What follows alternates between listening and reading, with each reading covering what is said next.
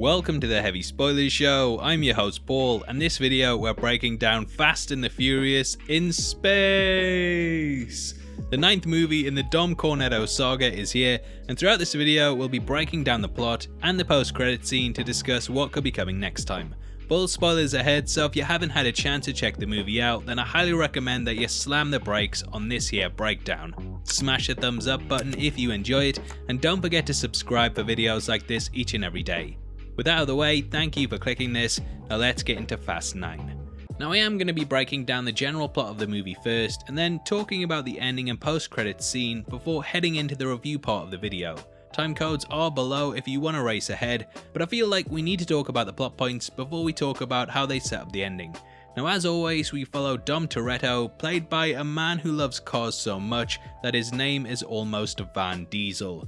The movie picks up in 1989, and as always, family takes a big spotlight as we meet not only Jack off the track Torretto, but also his brother Jakob. Now we haven't seen him through the series at all, which is fitting as he's played by none other than John Cena.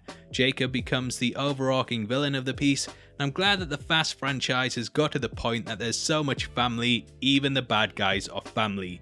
There is very much this idea of fathers and sons laced throughout the film, and Dom's son little Brian will no doubt be joining the team as soon as he's old enough to get his provisional.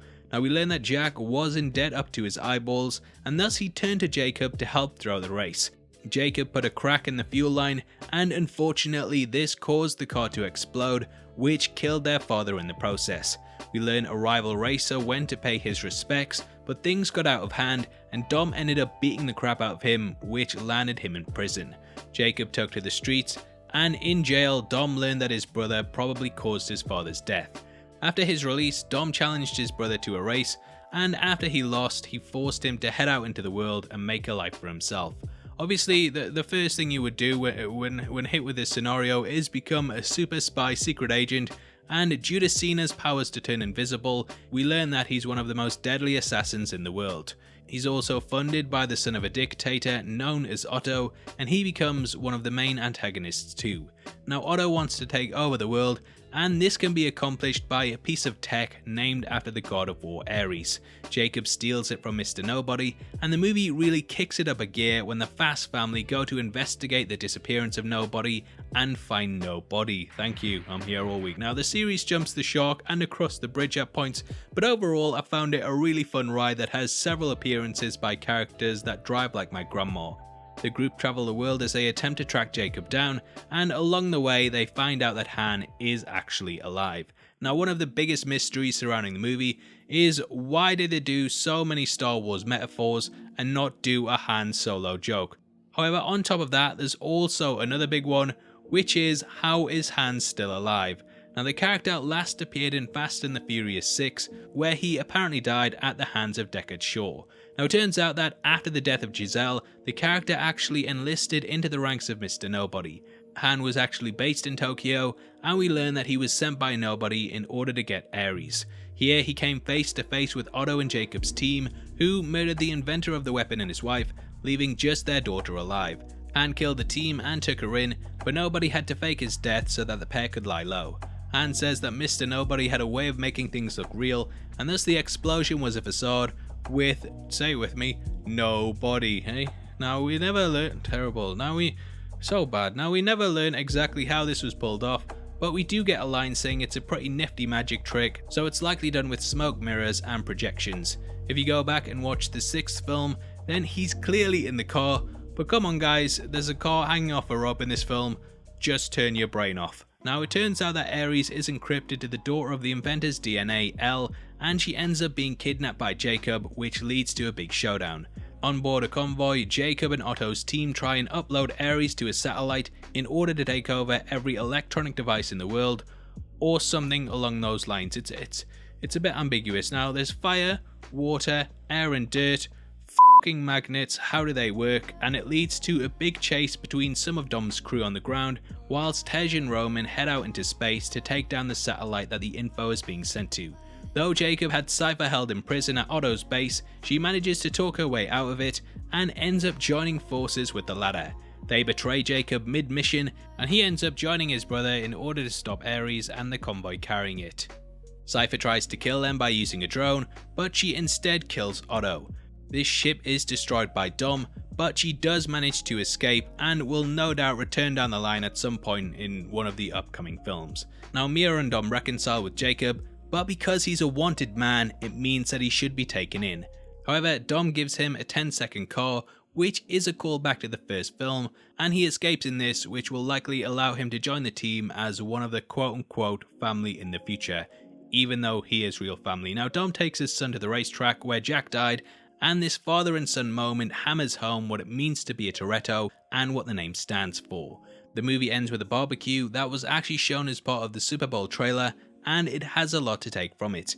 Now we didn't know when we saw this that this would be the ending of the film, but it's quite a nice tribute to Brian, aka Paul Walker. Just before little Brian says his grace, his wife Mia says that Brian's coming, and we see his car pull up on the driveway. Now I was reading an article by Digital Spy that said they think Paul Walker might be brought back through doubles and CGI, but I'm really not sure. His send-off was very emotional, but I don't know if this entire effect could be pulled off for a full film. Instead, I think this is very much the kind of nods that we will get to him, with the character being mentioned and teased, but never shown on screen. It can be seen as disrespectful to bring actors back from the dead to put them into scenes, and personally I believe this is a far classier way to do it that allows us to believe the character is still there. Now speaking of characters reuniting, Han comes to and he meets with his old friends, which I think hints towards the direction that the series will be going from now on. They clearly brought Han back for a reason and to take center stage, and this is hit home by the post-credits scene featuring Jason Statham, aka Deckard Shaw. Now it was thought that when he branched off into the spin-off land of Hobbs and Shaw that he wouldn't be entering the main set of films for quite a while. Whilst this is just a cameo, it's good to see that he's made it to Fast 9 too, and it definitely sets up what's to come. We catch Shaw in an abandoned warehouse beating the crap out of a punching bag, and it's revealed that someone is actually inside of it. Shaw mercilessly continues to beat the crap out of him, even after he offers him a thumb drive, which probably has all the cheat codes for Grand Theft Auto on it. Now Han enters, and much to Deckard's surprise, he's still alive. For a long time the campaign justice for Han has been ramping up, and I definitely think that the next film will centre around them getting into it, with Han doing a lot of psychological things to him. However, there are a lot of people out there that will probably be Team Shaw, and yes, I might even be one of them.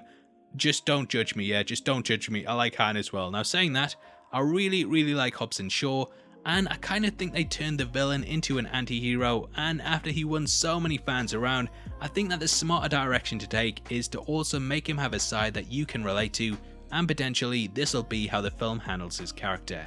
However, they might even revert back to him being a villain, as Justin Lin brought the character into the fold, and he may have his own ideas for him. Now when talking to comicbook.com, Lin said the following in regards to Han and Deckard's rivalry. Well, I mean, all kidding aside, Han has lost his love and there's revenge from his side. He needs that. But the question is, how does a person or a man like Han enact his revenge? Is it by force or is it psychological? Is it emotional? What is it? I think that's what I'm looking forward to, is how is that face-off approached? Is it traditional?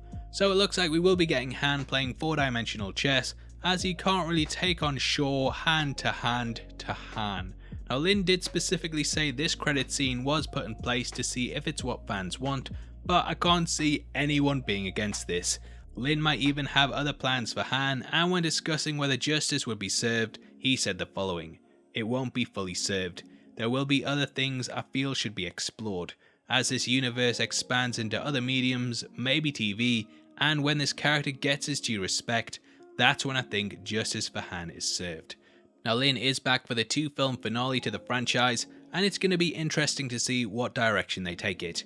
Now as for my thoughts on the film, I thought it was absolutely ridiculous, but at the same time I really liked it. There were some moments where I was kind of taken out of the film because I was laughing so much, but it also pretty much does everything so well that you can't be mad at it. Things fly by at such a pace it doesn't really bog itself down, and I don't believe that it takes itself all that seriously outside of Vin Diesel, so it's difficult to get mad at it. Heck, when you have characters questioning whether they're invincible or not, it just makes it fun, and I'm actually really looking forward to seeing it again. I think the next 2 films are going to be great, and I've got no doubt this movie will make bank. Sure, it wasn't anything amazing, let's be honest. It's not going to win any Oscars, but you know what, it was still a fun popcorn flick, and it gets a 7 out of 10. Now obviously I'd love to hear your thoughts on it, so make sure you comment below and let me know. As a thank you for interacting with the video, you'll be entered into a prize draw on the 30th of June, in which we're giving away 3 copies of the Phase 3 MCU box set. All you have to do to be on the chance of winning is like the video, make sure you subscribe with notifications on, and drop a comment below with your thoughts on the film. The winners of last month's competition are on screen right now, so if that's you, then message me on Twitter at Heavy Spoilers. If you want something else to watch, then make sure you check out our breakdown of Loki episode 3, which will be linked on screen right now. We've gone over the entire thing from top to bottom and pointed out all the Easter eggs, so it's definitely worth checking out if you want something else to watch after this. With that out of the way, thank you for sitting through the video. I've been Paul, and I'll see you next time. Take care, peace.